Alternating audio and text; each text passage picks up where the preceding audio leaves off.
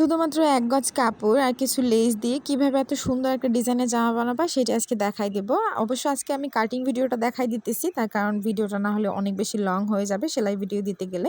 তো যে কাপড়টা আমি নিয়েছি ওই কাপড়টা একটু দেখাই দিতেছি তোমাদের। আর এটা কিন্তু এখানে আমি ১ গজ কাপড় নিয়েছি, কিন্তু এখানে ইঞ্চি টেপটা দিয়ে তারপর তোমাদের মেপেই দেখাই দিতেছি। আর দেখো এখানে কিন্তু ৩৭ ইঞ্চি আছে। তো যাই হোক, এখন আমি ২ ভাঁজে কাপড়টি আমি লম্বার মাপটা দেখাই দিতেছি। এখানে কিন্তু ২০ ইঞ্চি আছে। আর এখন দেখো আমি কাপড়টিকে এক কর্নার থেকে ২ ভাঁজে ছিল, এখন আমি আরেকটা ভাঁজ দিয়ে নিতেছি। আর এখানে কিন্তু ৪ পাট কাপড় আছে, ঠিক আছে। এখন আমি লম্বাতে দেখো ৬ ইঞ্চিতে একটু মার্ক করে নিচ্ছি। ৬ ইঞ্চিতে মার্ক করে এখান থেকে আমি কাপড়টাকে আলাদা করে নেব। আর এখন কেচি দিয়ে কেটে আমি কিন্তু এটাকে আলাদা করে নিচ্ছি। আর উপরের পাটটা কিন্তু থাকবে বডির পার্ট, আর এইটা কিন্তু নিচের পার্ট। তো নিচের পার্টের যে ঘেরটা, তো ঘেরটাতে আমি ২ ভাঁজে ভাঁজ করে রেখেছিলাম। এখন আমি মাঝখান থেকে এটাকে আমি কেটে নিচ্ছি, ঠিক আছে। এখন দেখো আমি টোটাল ড্রেসটাই নেব ২০ ইঞ্চি। তো এখানে আমার অলরেডি আছেই ২০ ইঞ্চি। তো আমার এখান থেকে আমি কিন্তু এখান থেকে প্রায় ২.৫ ইঞ্চির মতো করে এভাবে এখান থেকে কেটে নিচ্ছি। এটা কিন্তু আমি হাতার জন্য ব্যবহার করব। তো তোমাদেরকে দেখাই দিই, এখানে কিন্তু আমি ২.৫ ইঞ্চি কাপড়ই কেটেছি। তো যাই হোক, এখন দেখো আমি নিচের পাটের ঘেরটা তোমাদেরকে আবার একটু দেখাই দিই। এখানে কিন্তু ৩১ আছে। তো ঘেরটা মাশাআল্লাহ অনেক হবে।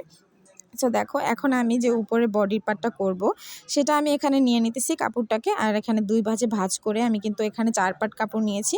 আর দেখো কাঁধের জন্য আমি ২ ইঞ্চি করেই নিচ্ছি, কারণ আমার বাচ্চা অত বেশি হেলদি না। আমার মেয়ের জন্যই কিন্তু আমি এই ড্রেসটা বানাইতেছি।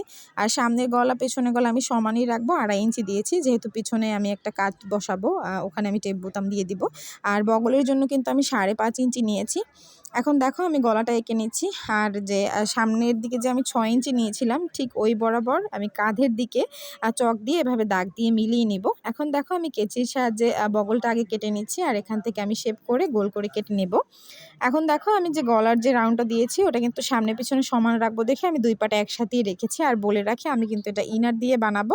তো ইনারের জন্য আমি এখানে একটা সাদা টুকরা কাপড় নিয়ে নিছি। আর দেখো আমি কিন্তু এখানে ১ ভাঁজ দিয়ে নিছি, আর এখানে কিন্তু ২ পাট কাপড় আছে। তোমাদের বুঝতে সহজ হবে এই জন্য জাস্ট আমি কাপড়টা বসিয়ে তারপরে এভাবে আমি এটাকে কেটে নিচ্ছি। তো এখন আমি ঘুরিয়ে ঘুরিয়ে তারপরে গলা টলা সহ কিন্তু আমি এটাকে কেটে নিচ্ছি। এই যে আমার এটা কাটা হয়ে গেছে। আর ইনার দিলে কিন্তু আমি সবসময় বলি বাচ্চাদের ড্রেসগুলো একটু ইনার দেওয়ার চেষ্টা করবে, এতে ওদের পরতেও কিন্তু আরাম হবে। তো এখন দেখো আমি যে হাতার যে কাপড়টা নিয়েছিলাম ওই কাপড়টা এখন আমি এখান থেকে দেখো ২ ভাঁজে ভাঁজ করে নিয়েছি। আর এখানে কিন্তু ২ পাট কাপড় আছে। আর লম্বাতে এখানে কিন্তু আমি ২০ ইঞ্চি নিয়েছি। ২০ ইঞ্চি নিলেই কিন্তু অনেকগুলো কুচি পড়বে, আর যেহেতু ছোট বাচ্চা। তো এখন দেখো আমি যে এই যে খোলা যে সাইডটা আছে এখান থেকে একটু রাউন্ড করে নিয়েছি। আর রাউন্ড করে এখন আমি এখান দিয়ে একটু কাট বসাই দিব। এটাই কিন্তু ছোট্ট ছোট করে কুচি দিলে অনেকখানি হবে। এখন আমি একটু লেসগুলো দেখাই দিতেছি। এই লেসগুলো কিন্তু মাশাআল্লাহ অনেক বেশি সুন্দর। তো ডিজাইনটা ঠিক কেমন হবে তোমাদের একটু দেখাই দিতেছি। আর সেলাই ভিডিও আমি কালকে বা পরশুর ভিতরে দিয়ে দিব।